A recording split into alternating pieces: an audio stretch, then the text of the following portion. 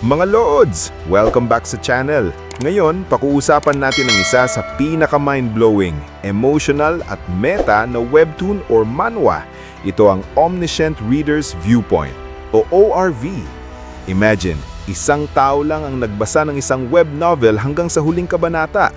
Tapos bigla, naging totoo ang buong kwento. Apocalypse, monsters, dokaebi, at isang sistema na parang live stream ng buhay at kamatayan. Kung di mo pa nababasa o napapanood, ito yung kwento na magpapatanong sa'yo. Ano nga ba ang tunay na kahulugan ng pagiging reader ng isang kwento? At paano kung biglang naging totoo ang binabasa mo? Ready na ba kayo? Let's dive in! Kung ready ka na sa pinakamalupit na ride sa mundo ng manhwa, let's recap mga Lods! Sa pagsisimula ng chapter mga Lods, nakaluhod ang lalaki sa sahig na nakayuko ang ulo at sumisigaw sa sobrang sakit sa pagkaputol ng kanyang braso. Lumitaw ang isang character information window. Pangalan, Han Min-sung. Private attribute, bully, ordinary, overall stats. 8 level stamina. 8 level strength. 8 level agility. Magic power level 2. Tinitigan ni Dokja ang screen at iniisip na medyo mataas ang kakupalan nito sa katawan, ganon naman pala kababa ang stats nito. Malamang dahil sa ginagawa nila ito ni Inho. Tumingin si Dokja ang sa gilid. Tinitigan siya ng mga tao nang may pagtataka nang sabihin niya na lahat dito ay talagang naiintindihan na walang kinalaman sa kanya ang nangyayari. Itinuro ni Dokja ang kanyang kamay patungo sa direksyon kung saan nakatayo ang gang ni Inho at idinagdag na sila lamang ay natatakot sa mga taong ito kaya ganoon sila kumilos. Alam nila kung sino talaga ang mali kahit sa harap ng kamatayan ay wala silang magagawa at lahat ay dahil sila ay mas malakas kaysa sa kanila. Mas maraming coins at mas magandang characteristics at ngayon ay nanginginig sila sa takot. Isinara ng lalaki ang kanyang mga mata, tumawa at sinabi na tingnan lamang kung ano ang sinusubukan niya. Ngumiti si Inho nang marinig ang tanong ni Dokja, pero bakit napakalaki ang pagkakaiba sa lakas? Nagsimulang tumingin sa paligid ang mga tao na nalilito at idinagdag ni Dokja na dahil sila ay mga gangsters. Lumitaw ang mensahe na ang mga character sa paligid niya ay agitated. Lumapit ang isa sa mga lalaki kay Inho at talagang tinanong kung paano sila nakakuha ng napakaraming coins at itinaas ni Inho ang kanyang mga kamay, tumawa at sumagot na nauna na niyang sinabi na ibinenta niya ang isang bagay at higit pa. Ibinaaba ng lalaki ang kanyang mga mata nang sabihin ni Dokja na ilang araw na ang nakalipas nang dumating siya sa station ay may 87 tao rito, ngunit ngayon nakatayo ang mga tao sa mga grupo at nag-uusap sa isa't isa. Tumingin si Dokja sa gilid at idinagdag na 50 na lamang ang natitira. Ikinalat ng lalaki ang kanyang mga kamay at ipinaliwanag na kaninang umaga ay umalis ang iba para magmanman sa mga monsters. Mapagkumpiyansang nakatayo si Dokja sa sahig na hawak ang espada sa kanyang mga kamay at nagtatanong ng may pagdududa na monsters. At naniniwala pa rin kayo rito? Nagulat na tinitigan siya ng mga tao at hiningi niya na isipin muli nila ito. Bakit walang namatay mula sa main group sa mga araw na ito? Itinuro niya ang daliri sa nakangiting si Inho na may mga salita at gayon din bakit pagbalik nila ay laging mas malakas sila kaysa noon. Lumitaw ang notification na ang Constellation Secretive Plotter ay namangha sa kanyang insight. Naalala ni Dokja kung paano tumakbo ang karamihan patungo sa kanya na sumisigaw na papatayin nila siya at kukunin ang lahat ng coins, ngunit saan nanggaling ang ganitong kumpiyansa? Tinitigan ng mga lalaki si Inho nang may pagtataka at patuloy na nag-usap si Dokja tungkol sa kung paano nila alam na makakakuha sila ng coins sa pamamagitan ng pagpatay sa mga tao. Lumitaw ang mensahe na ang Constellation Prisoner of the Golden Headband ay hinahablot ang kanyang buhok dahil sa excitement. Isang lalaki na may hawak na bat at may mask sa mukha ay inikot ang isang bat at sumigaw ang bata at humingi na iligtas siya. Dalawang taong may mask ang tinitigan ng screen at iniisip kung ano ang bibilhin nila sa susunod. Sinabi ng isa sa kanila na sino ang mag-aakala na bibigyan sila ng coins para sa pagpatay. Sumagot siya na sa susunod na pagkakataon ay siya naman. Ang lalaki na may green na sweater ay mapagkumpiyansang lumakad patungo kay Inho na tinatanong kung totoo iyon at inikot niya ang kanyang mga kamay at hiningi na tumahimik ito dahil kasinungalingan iyon. Lumitaw sa screen ang nakangiting si Bihyong at binanggit na may 7 minuto na lamang. Tinitigan ng babae nang may takot sa kanyang mga mata habang lumitaw ang isang stick sa harapan ng mukha ng lalaki. Lumapit ang mga lalaki na may bats sa kanilang mga kamay upang ipagtanggol ang kanilang leader at narinig ang isang boses sa karamihan kung paano ito posible. Binuksan ni Dokja ang bibig at sumigaw kung may natitira pa ba silang pride, hayaan nilang talunin siya gamit ang kanilang sariling mga kamay. Sa likod ng mga alyado ni Inho ay bahagyang ngumiti at patuloy na nakatayo ang lalaki na sumisigaw at pagkatapos ay maaari nilang ibalik ang kinuha niya sa kanila. Lumitaw ang notification na ang mga constellations of absolute good ay itinuturing na villain ang character ni Inho. Nadulas ang paa ng lalaki sa sahig na ikinalat ang alikabok. Inilagay ni Dokja ang kanyang espada pasulong at mapagkumpiyansang ipinahayag na ito na ang mundo kung saan sila nabubuhay. Nag-iba ang pag-ugali ng mga tao. Ang ilan ay nagdasal. Ang iba ay tinitigan ng may pagtataka. Ang ilan sa kanila ay kumuha ng armas kahit na sila ay natatakot. Kinuyom ng lalaki ang kanyang mga ngipin at sinabi na sige.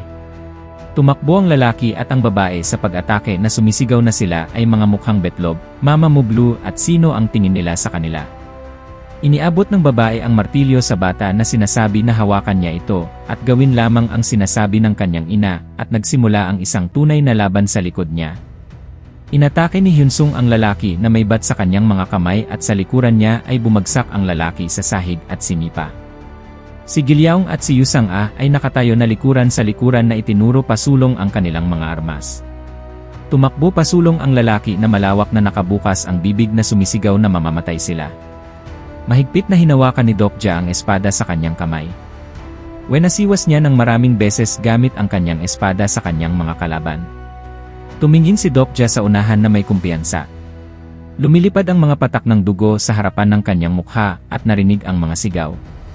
Ibinaaba ni Dokja ang kanyang ulo at tinitigan ang dalawang tao, nakakaputol lang niya ng mga kamay. Kinuyom niya ang kanyang kamay sa kamao at sila ay nagmakaawa na iligtas sila. Malawak na binuksan ng lalaki ang kanyang mga mata nang itusok ang espada diretsyo sa kanyang bibig. Tumingin si Dokja sa gilid na may pagtataka kung sino ang gumawa nito. Si Hiwon ay nakatayo na nakayuko ang ulo at nagsalita. Sinabi niya na siya mismo ang tatapos sa kanilang lahat. Lumitaw ang notification na nakumpleto na ang mga kondisyon para sa pagpapabuti ng crouching figure attribute. Hinawakan ng babae ang hawakan ng espada at binunot ito mula sa ulo ng kanyang kalaban. Lumitaw ang mensahe na nag-blossoming na ang character attribute ni Jong Hyewon. Sa isang tila sisidlan ay tila natutuloy si Hyewon at nakahubad na katawan nito na may mahabang puting buhok na nakayuko ang mga tuhod at lumilipad ang usok sa paligid niya. Binuksan niya ang kanyang kumikinang na mga mata.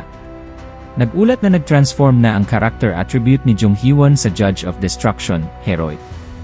Nakatayo siya na may arma sa kanyang mga kamay at lumitaw sa ibabaw ng kanyang ulo ang isang magandang espada na may malaking kristal. Kinunot ng babae ang kanyang mga kilay at tinitigan sa unahan na may kumpiyansa. Nagulat na tinitigan siya ni Dokja at iniisip na talagang nakuha niya ang heroic alignment, isa sa tatlong posible na makuha sa pagiging judge na pwedeng lumabas. Inilipat ni Hyewon ang kanyang kamay sa gilid at hiningi na bahagyang umatras siya. Lumitaw ang mensahe na nagbigay siya ng malaking kontribusyon sa pag-unlad ng crouching figure attribute.